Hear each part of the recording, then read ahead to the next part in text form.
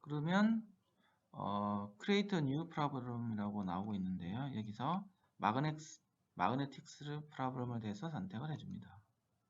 그러면 다음과 같이 화면이 나타나고요. 여기서 처음에 해줄 것들은 저희들이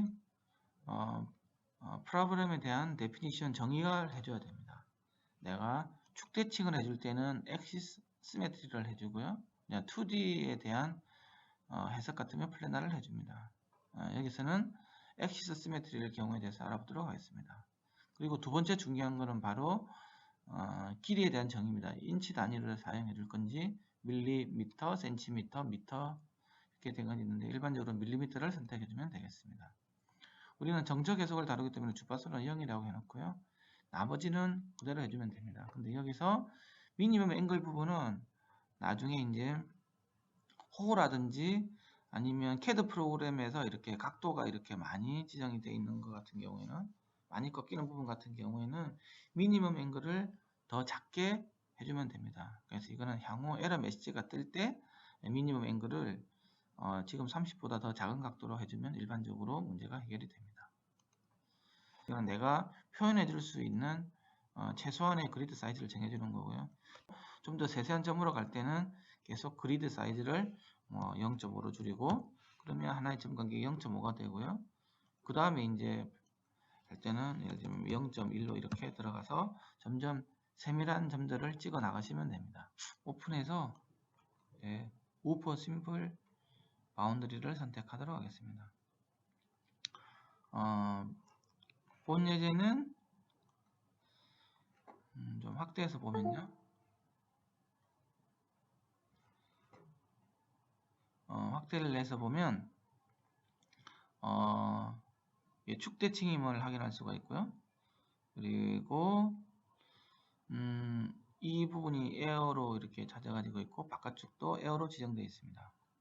그리고 1018 스틸을 폴피스하고 자개 회로로 구성되어 가지고 있고요. 그 다음에 자석은 세라믹 5로 지정이 되어 있습니다. 이 보면 프로퍼티에서 보면 이제 프라분에서 보면 알겠시겠지만 축대칭으로 지정되어 있고 밀리미터로 지정되어 있고요. 이렇게 지정되어 있으면 확인할 수가 있고요. 그 다음에 프로퍼티에서 이제 각각의 어떤 것들이 들어가 있는지 보면 에어, 그 다음에 공기가 들어가 있고요. 코일 같은 경우는 32AWG 두께의 코일이 사용되어 있고요. 그 다음에 세라믹 5라는 그 자석이 들어가 있음을 알 수 있습니다. 그래서 1018 스틸의 자기 회로로 구성되어 있는 걸 확인할 수가 있고요. 그 다음에는 이걸 전체적으로 다 보여주는 건데요. 여기서 중요한 건 아까 말씀드렸지만 여기 공기가 두 개로 나눠져 있죠. 왜냐 그러면 이 전체를 갖다가 나중에 전부 다 메시로 갖다가 다 설정해 주면 굉장히 양이 많아지기 때문에 여기 안쪽의 공기하고 바깥쪽의 공기에 대해서 메시의 값을 다르게 설정을 해서 시간을 좀 더 줄이기 위한 목적입니다. 그리고 여기 같은 경우에는 이게 이제 바운더리로 설정이 되기 때문에 여기는 축이 정해지는 구간이기 때문에 여기는 바운더리가 필요 없고요. 여기에 이 모양에는 이제 이게 바운더리가 지정돼야 됩니다. 이 바운더리가 지정이 될 때 같은 경우에는 이 프로퍼티 창에서 이 바운더리를 만들어주면 됩니다. 현재 PVC라고 바운더리 지정되어 있는데 이게 어떻게 지정되어 있는지 보면요. 이름을 PVC로 지정을 해놨고요. 주기적으로 지정되어 있습니다. 피어리어딕이라고 되어 있고요. 이는 꼭 피어리어딕이 아니더라도 프리스크라이브드 A를 해도 상관은 없습니다. 피어리어딕으로 돼가지고 이렇게 기본적으로만 여기만 설정해 주시면 되고요. 이렇게 해가지고 이렇게 돼가지고 있습니다. 반드시 여기는 바운더리가 설정이 돼야 됩니다. 그리고 이렇게 우클릭을 하면 빨간색으로 선택이 되고요. 이렇게 이 세 개가 되어 있죠. 그래서 이걸 갖다가 스페이스바를 누르면 아까 얘기한 것처럼 얘가 뭐라고 되어 있냐 하면 PBC로 이렇게 지정이 되어 있어야 됩니다. 이렇게 되면 여기가 이제 바운드리라 지정이 되는 거고요. 네, 여기 같은 경우에는 바운드리가 지정될 필요가 없습니다. 그래서 할 필요는 없고요.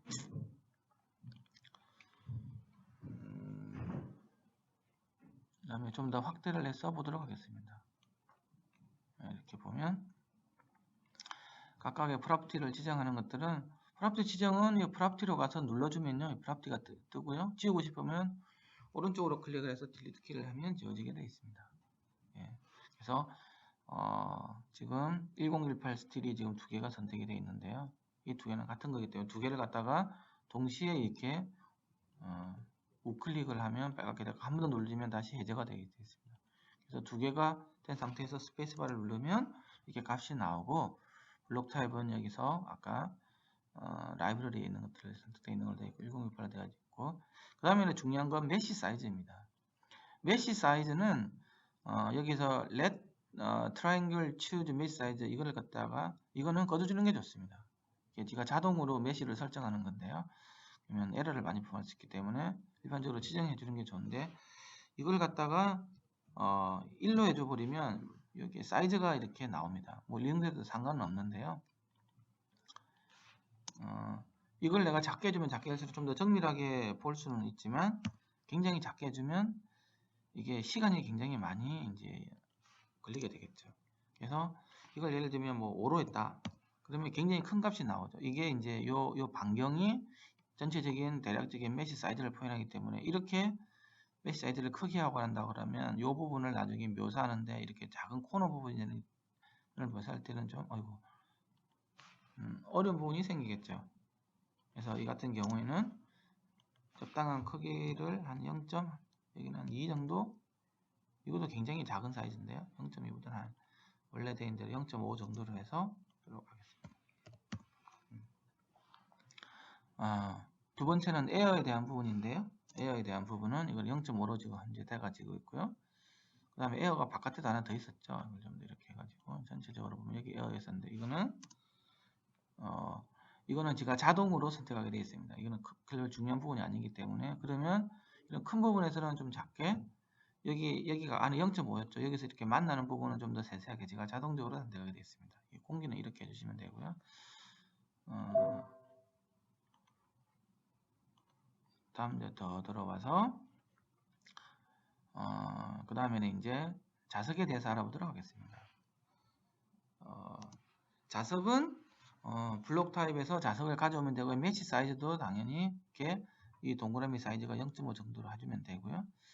그 다음에 서킷은 나중에 설명을 하고 자석은 마그네타이제이션 그 방향을 설정해 주셔야 됩니다. 0도를 하면 어떻게 되냐고 하면 이렇게 오른쪽 방향으로 가게 되어 있고요. 스페이스바를 눌러서 180도를 해주면 이렇게 왼쪽 방향을 가리키도록 되어 있습니다. 이거는 90도 아니면 270도로 지정해야 되는데요. 그리고 90도로 해주면 위로 향하도록 이 화살표가 향하는 방향이 바로 N극을 뜻하게 되어 있습니다. 그러면 아래가 S극으로 지정이 되어 있는 겁니다. 이 부분만 신경을 쓰시면 되고요. 나머지는 이제 여기 들어있는 코일에 대한 부분들입니다. 이렇게 지금 이렇게 사각형의 면적을 통해서 여기에 코일이 이렇게 지정되어 있다고 돼가지고 있는 거고요. 보면 아시겠지만 이것도 이제 우클릭을 해서 빨갛게 지정된 상태에서 스페이스바를 눌러주면 32 AWG에 코일이 지정됐음을 알 수 있고요. 이거는 뭐 매치 설정을 이렇게 해도 되고도 이거는 좀 더 해서 0.1 이런 식으로 해서 작게 해주는 게 더 나을 것 같습니다. 서킷 부분은 좀 이따가 설명을 해주고요. 턴수가 100번이다. 그래서 이거는 그룹을 1번으로 설정이 돼 가지고 있죠. 다른 부분들은 코일 빼고는 전부 다 기본적으로는 그룹을 0으로 해주게 되어 있고 코일 부분만 1로 연영이 설정되어 있습니다. 이 부분을 이렇게 해주시면 되고요. 이렇게 해서 설정을 해주면 기본적인 설정은 끝나게 됩니다. 이렇게 해서 프로퍼티에 대해서 이렇게 설정하는 부분에 대해서 살펴보았습니다. 다음은 좀 더 자세하게 프로퍼티에 대해서 알아보도록 하겠습니다.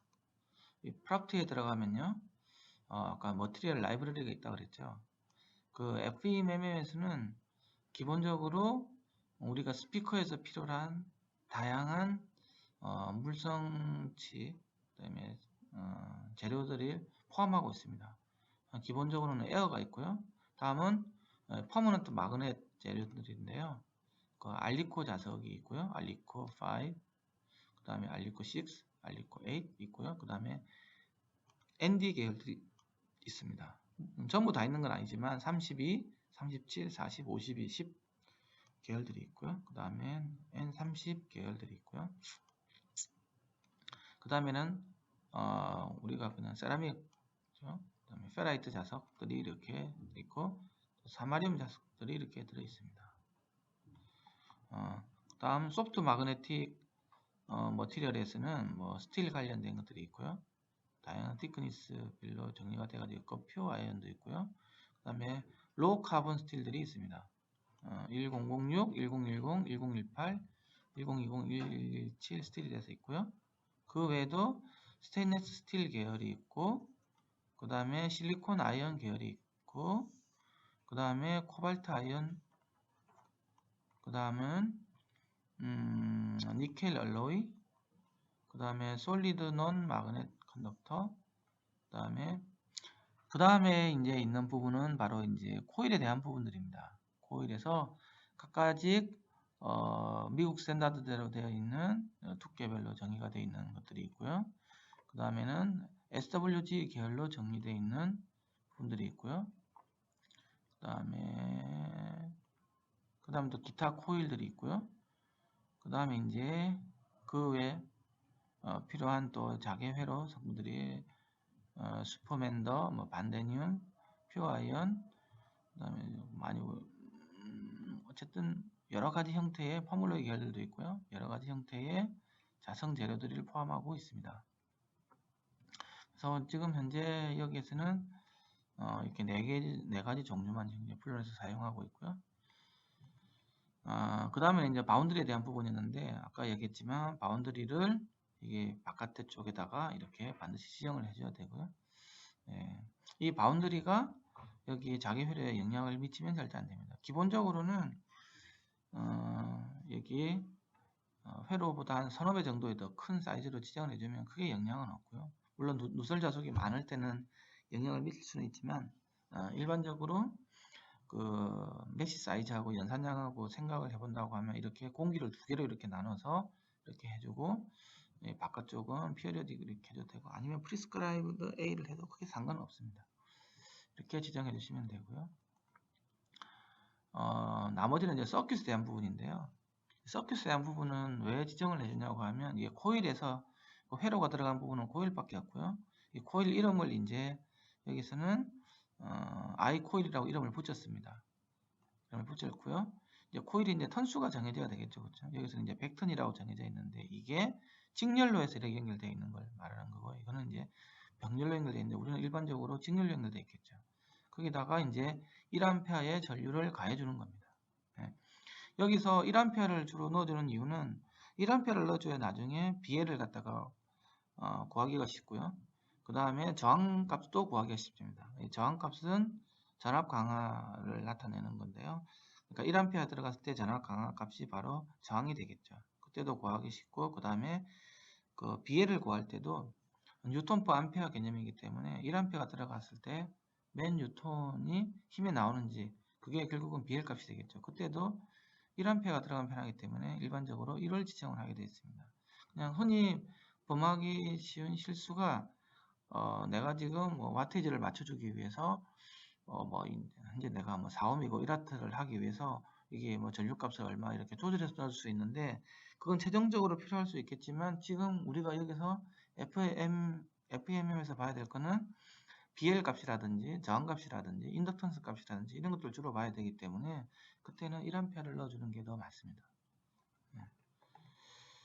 그래서 이 프로퍼티 데피니션이 들어가고요.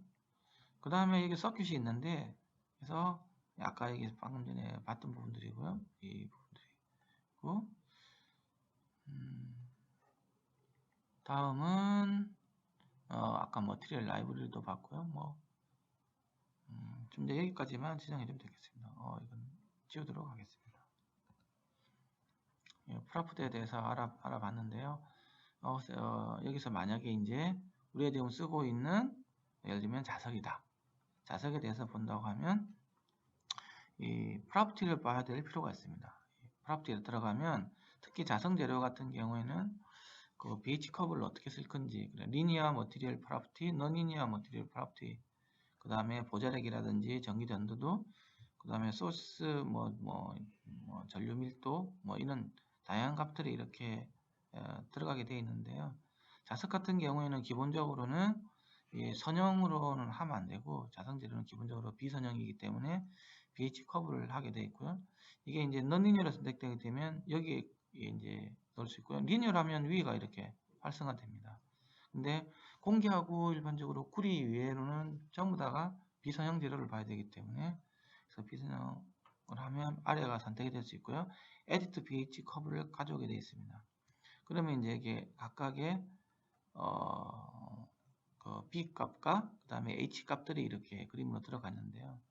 이 값은 어떻게 구하냐고 하면 이 재료가 정해지면 이 재료를 제조사에 이렇게 이 데이터를 달라고 그럴 수도 있고요. 아닌 같은 경우는 이제 그 제조사가 그 재료가 없다. 아니면 우리들의 가공법이 약간 다르다. 아니면 우리 착자기 상태라든지 이런 게 약간 다르다고 할 때는 BH 커브 트레이스를 통해서 이렇게 측정을 해야 되겠죠. 그래서 그걸 이제 보는 방법은 플롯 BH 커브를 하면 지금 이 값들이 이렇게 그림으로 이렇게 나타나게 돼 가지고 있고요. 이거는 이제 리니어 스케일로 볼 때고요. 밑에를 선택해 주면 로그 스케일로 이렇게 표시되게 되어 있습니다.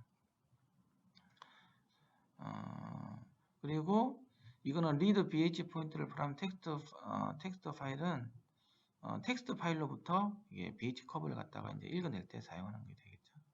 그래서 여기다가 내가 새로운 어떤 값을 지정해 줄 수도 있고 그런 것들 다 해줄 수 있게 되어 있습니다. 이게 자석에 대한 부분이었고요. 그 위에 이제 스틸에 대한 부분, 1068 스틸에 대한 부분들도 모디파이 들어가면 이것도 당연히 이제 비선형적으로 나타나게 되어 있거든요. 다 다르게 이야기하면 히스테리시스를 갖게 되어 있습니다. 이것도 재료에 따라서 이렇게 그림이 이렇게 다 나타나게 돼 가지고 있고요. BH 커브 이런 거 보면 알 수 있는데 이것도 알겠지만 이제 여기서부터가 이제 세츄레이션이 들어가는 부분입니다. 그래서 이거 한 2테슬라 이상이 들어오면 요 지금 1018 스틸이라는 것들이 이제 세츄레이션이 들어간다는 얘기고요. 일반적으로 우리는 세츄레이션 되기 직전 여기 이 구분에서 사용해야 됩니다. 이 부분은 선행 영역이고요. 그래 이 부분에서 사용되고 있는지에 대해서 항상 나중에 확인을 해줘야 됩니다.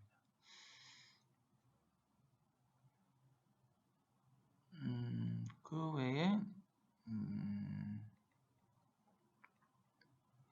외에 다른 부분은 이제 크게 중요한 부분들은 없고요.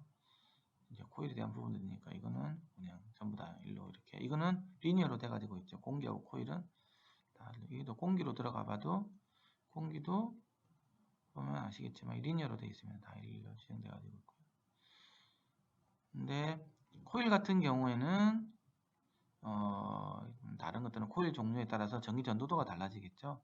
그래서 이게 이제 굵기가 어떻게 되느냐에 따라서 다른 거는 여기에 똑같지만 이게 전기 전도도 값이 바뀌게 돼 가지고 있고요. 내가 원하는 두께 값이 없다고 하면 나중에 이제 이 값을 바꿔 가지고 내가 원하는 값을 넣어주면 되겠습니다. 그리고 요 값하고 아마 이 두 값이 스트랜드 다이아미터 이 두 값이 아마 바뀌게 되어 있을 겁니다. 이상으로 프로퍼티에 대해서 알아봤습니다.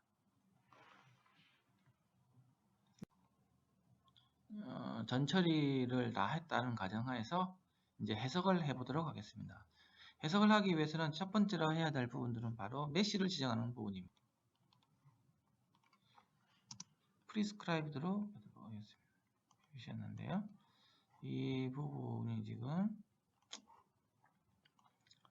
바운더리 컨디션에서 모디파이에서 얘를 프리스크라이브 A를 선택하도록 하겠습니다. 다시 한번 해보도록. 네, 그렇게 하면 이제 되어 있죠. 그러니까 periodic보다는 prescribed A를 해야 되고요. periodic 같은 경우에는 약간 다르게 표현해야 되는데 여기서는 prescribed A가 더 맞습니다. 그래서 이제 이게 바깥에 있는 공기는 이렇게 메쉬를 좀 듬성듬성하겠고요. 자동으로 되기 때문에 이게 안쪽에 있는 공기를 좀 더 이렇게 지금 현재 세밀하게 이렇게 보도록 되어 있기 때문에 갈수록 좀 더 조밀해지고요. 안에 있는 공기는 좀 더 메쉬를 더 많이 할당한 상태고, 그리고 이 부분으로 갈수록 메쉬가 이제 좀 더 많이 할당된 상태라서 예, 해석하는데 좀 더 정확도를 높이기 위해서 지정이 됐고요. 다음은 이제 크랭크를 돌려서 이제 연산을 하도록 하겠습니다. 그 메쉬를 많이 설정을 해주면 시간이 굉장히 많이 걸리거든요. 그러면 이 안경을 통해서 이제 전체적인 결과를 보게 되어 있습니다. 예, 결과를 보게 되어 있고요. 현재 이렇게 색깔로 이렇게 컬러로 나오게 되어 있는데요. 이거는 여기에서 이거 쇼 덴시티 플롯을 지정을 해놔서 이렇게 되어 있습니다. 만약에 쇼 덴시티 플롯이 꺼져 있다고 하면 이렇게 라인만 이렇게 나타나게 되는데요. 그 덴시티 플롯을 켜주면 이렇게 색깔로 보니까 좀 편한데 색깔로 지정될 경우는 시간이 좀 많이 걸린다는 단점이 있습니다. 그래서 이 부분을 처음에는 꺼주시는 것들도 하나의 방법이고요. 이런 전체적인 상태는 어디서 지정을 했냐 그러면 프레퍼런스에서 가보면요. 마그네틱스 아웃풋에서 show legend in density 플롯이 좀 체크가 되어 있기 때문에 기본적으로 얘가 보이는 거고요. 이걸 만약에 해제를 시키면 이게 만약에 여기서 이제 연산을 해줄 때 강요 여기군요. 여기서 연산을 시키면 이렇게 컬러가 이렇게 안 보이게 되어 있습니다. 그래서 컬러를 보려면 여기서 이렇게 보면 되고요. 예. 그리고 여기 이제 레전드를 갖다가 이렇게 보여주게 되어 있죠. 그래서 이게 인풋에 관련된 거고요. 이건 아웃풋에 관련된 부분들입니다. 예. 그 show legend in density 플롯이 되면 이게 체크가 되어 있으면 이 레전드 부분하고 이게 density에 대한 이렇게 색깔이 나타나게 이렇게 보여주는 거죠. 그래서 이거는 차후에 처음에는 뺐다가 계산 끝나고 난 다음에 여기에 선택을 해서 들어오는 것들도 괜찮고 여기서 전체적으로 이렇게 모양을 어떻게 줄 건지에 대한 부분들을 하게 되어 있으니까요.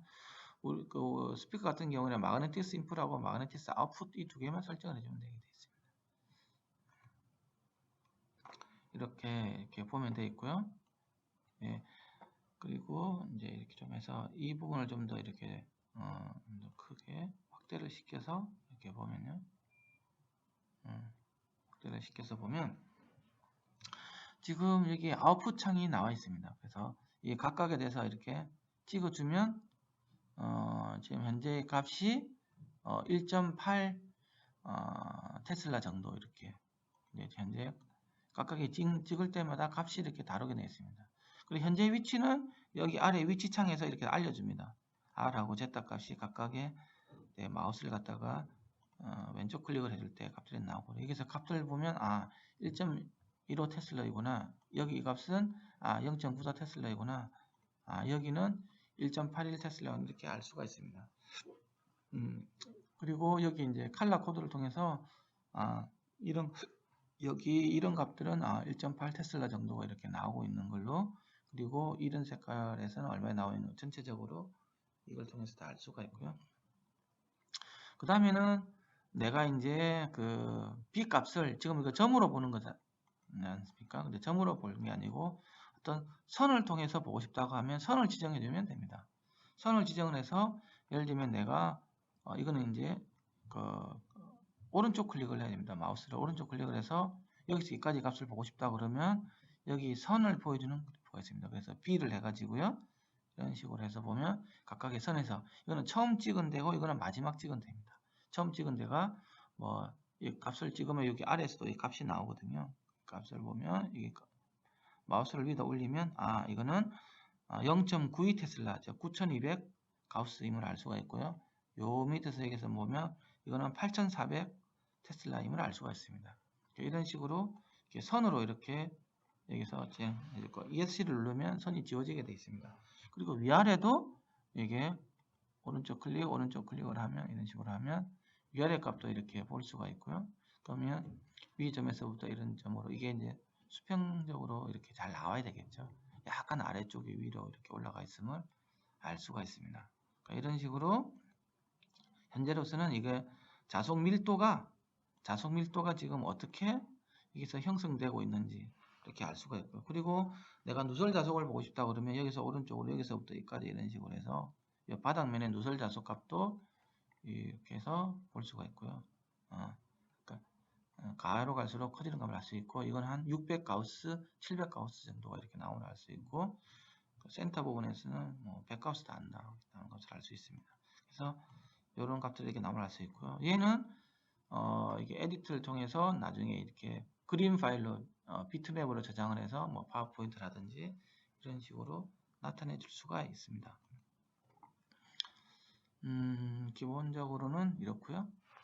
그 다음에 한 가지 알아야 될 거는 이제 우리가 이제 궁금해하는 것보다는 과연 이 코일이 지금 얼마 정도의 힘을 받고 있느냐, BL 값을 이제 구하는 게 중요한 건데 그때는 이 면적을 갖다가 선택해 줍니다. 이 면적을 가지고 요 안에다 넣고 왼쪽 클릭을 해주면 이 보시는 것처럼 이렇게 확대를 시켜보면요. 여기서 이제 한 번 더 하면 없어지고요. 다시 한번 선택해 주면 색깔로 선택을 되면 알 수 있습니다. 그러면 이 코일 전체가 받는 힘을 볼 수 있겠죠. 그러면 이거는 이제 적분이기 때문에 이게 적분을 눌러주면요. 풀다운 메뉴에서 보면 로렌츠 폴스가 있습니다. 로렌츠 폴스를 이렇게 선택을 해서 OK를 눌러주면 6.67842 뉴턴이 있으면 알 수 있습니다. 이 값이 뭐냐고 하면 지금 현재 여기에 1A를 넣어줬기 때문에 현재 위치에서의 코일이 받는 힘의 양은 Z축 방향으로 6.7 뉴턴 퍼 암페어, 즉 BL이 6.7임을 알 수가 있습니다. 이상으로 간단하게 알아보는 방법에 대해서 설명을 마치고요. 다음은 좀 더 구체적으로 들어가 보도록 하겠습니다. 이게 아까 서큐트 프로퍼티를 선택을 해주면요. 1A가 들어가면 알 수가 있고요. 그 1A에 들어갔을 때 전압 강화 값이 나옵니다. 그래서 5.40812V가 되어 있는데요. 결국은 이 두 값으로부터 저항 값을 바로 구할 수 있습니다. 저항은 전압 강화를 전류를 나눠주는 값이기 때문에 똑같이 5.4ohm이 되면 알 수가 있고요. 그 다음에는 인덕턴스 값도 이렇게 구할 수 있게 되어 있습니다. 당연히 이제 파워도 그대로 나오고요. 예, 여기 값에다 전류 제곱에다가 전압을 곱해주면 되겠죠. 그래서 이렇게 파워 값이 나오면 알 수가 있습니다. 그 다음에 이제 중요하게 봐야 될 부분들은 바로 이제 여기서 플럭스들이 어떻게 흘러가는지, 벡터적으로 어떻게 방향 어떻게 까지면서 가는지 하설표 방향으로 볼 수가 있습니다. 이걸 선택해주면 조금 더 얘를 좀 줄여서 이렇게 보도록 하겠습니다. 자, 여기서 선택을 해줄 것들이 내가 보여줄 것들이 이제 연구 자속 DC 플럭스가 어떻게 흘러가는지 B에 대해서 보도록 하겠습니다. 그래서 보면 이렇게 지금 위로 향해서 이렇게 흘러가는 걸 알 수가 있죠. 좀 더 자세하게 보려면 스케일링 팩터를 이 정도로 해가지고 보면 좀 더 크게 이렇게 스케일을 좀 더 뻥튀기를 시켜서 볼 수 있도록 할 수가 있습니다. 그럼 얘가 지금 어느 방향으로 어떻게 많이 흘러가고 있는지 이렇게 볼 수가 있고요. 뭐 크게 하면 크게 할수록 더 뻥튀기를 더 크게 할 수 있겠죠. 이런 화살표는 벡터 플롯이 가능하도록 이렇게 돼 가지고 있고요. 그 다음에 이제 봐야 될 것들은 아까 이제 벡터 플롯은 이제 꺼버리고요. 없는 것으로 그림이 좀 지저분해졌기 때문에 그래도 이것도 이제는 좀 꺼버리도록 하겠습니다. 그 다음에 아까 여기서 우리가 예를 들면 지금 여기서 구한 B 자속 밀도 이 값을 다른 뭐 파인콘 아니면 파인모터 아니면 다른 데다가 이렇게 이 값을 옮길 수가 있습니다. 그 경우 같은 경우는 일단은 먼저 선택을 해줘야 되겠죠. 여기서 선택을 해서 이게 가운데 이렇게 선택을 하고요. 선택한 값들이 이렇게 되어 있으면 여기서 write data to text 파일로 저장이 가능합니다. 그럼 레전드를 이걸 읽게 하는 거에 레전드를 얻게 해줘야 되겠죠. 레전드를 얻게 해가지고 이렇게 저장을 하면 이제 뭐 이렇게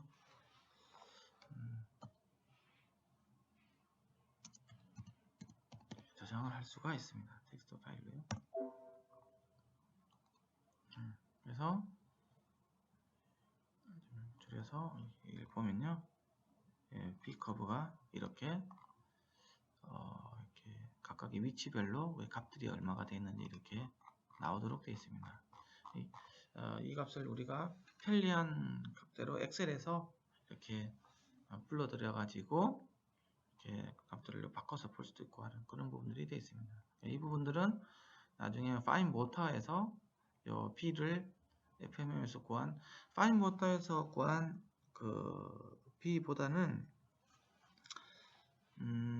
이렇게 FMM에서 구한 게 좀 더 정확하고요. 더 정확한 건 이제 나중에 이제 배우게 될 맥스웰에서 나온 것들이 더 정확한 값을 가지도록 되어 있습니다.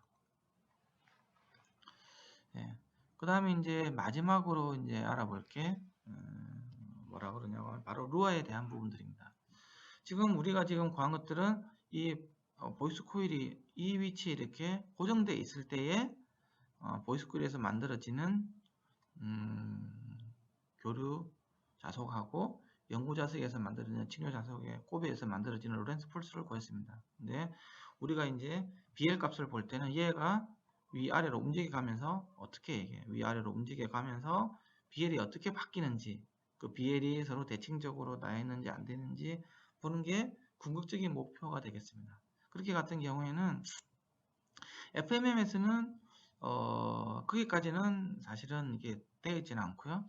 맥스웰 같은 경우는 이제 거기까지 이제 되어 있기 때문에 나중에 배울 때 보면 훨씬 더 편함을 알 수가 있습니다. 그 FMM에서는 그걸 구하려면 각각의 점별로 아까 여기서 우리가 구한 여기서 블록 인테그럴을 통해서 이렇게 해서 여기서 구해보면 아시겠지만 여기서 로렌츠 폴스를 구해주면 이 값들이 나옵니다. 여기서는 지금 6.7 뉴턴 퍼 암페어라는 걸 알 수가 있는데요. 그럼 이걸 좀 더 위로 조금씩 1mm씩 아니면 0.1mm씩 움직여줬을 때 얼마 값이 나오는지를 가서 계속 반복적으로 구하는 것들을 어떤 식으로 풀었냐고 하면 바로 루아 스크립트를 가지고 풀었습니다. 이거 보면 알겠지만 오픈 루아 스크립트라는 게 있습니다. 오픈 루아 스크립트를 보면 CSR FMM에 들어가 가지고 example 파일을 보면 이게 갭 BL 커브라는 루아가 나옵니다. 그래서 이걸 갖다가 이제 선택을 해서 실행을 시키면요, 이게 보이는 것처럼 이제 자동으로 좀 시작이 될 텐데요. 자동으로 이렇게 그 값을 보여주도록 되어 있습니다. 예. 이제 한 점에 대해서 이제 구했고요. 이렇게 자세하게 구해야 되기 때문에 시간이 좀 많이 걸립니다.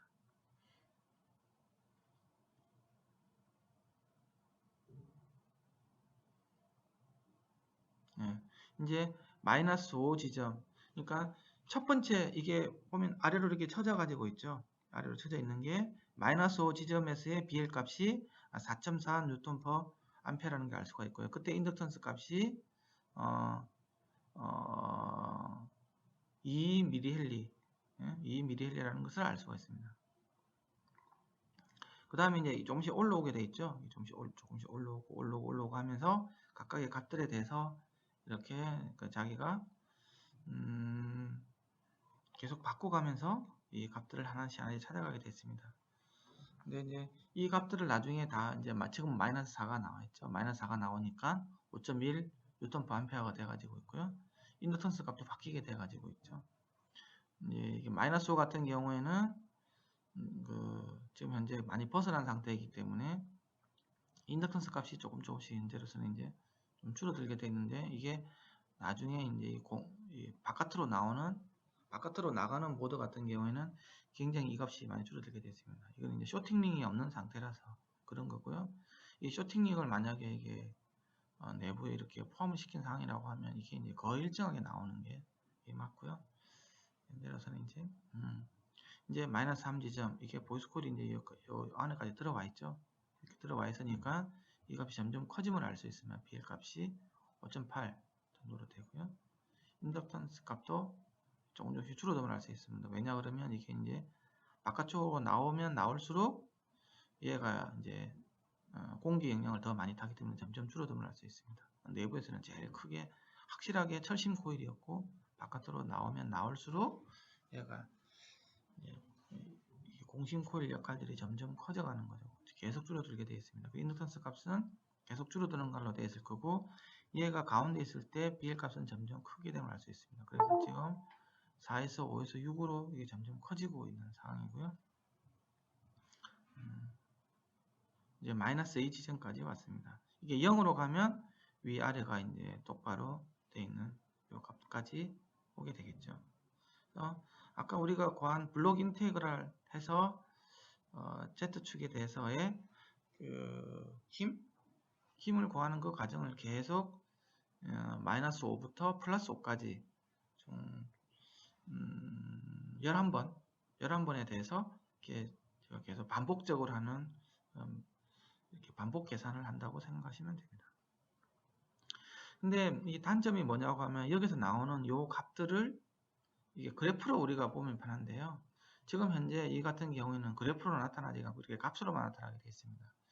굳이 그래프로 본다고 하면 이 값들을 엑셀로 넣어서 엑셀 차트로 해가지고 이제 보는 방법이 있고요.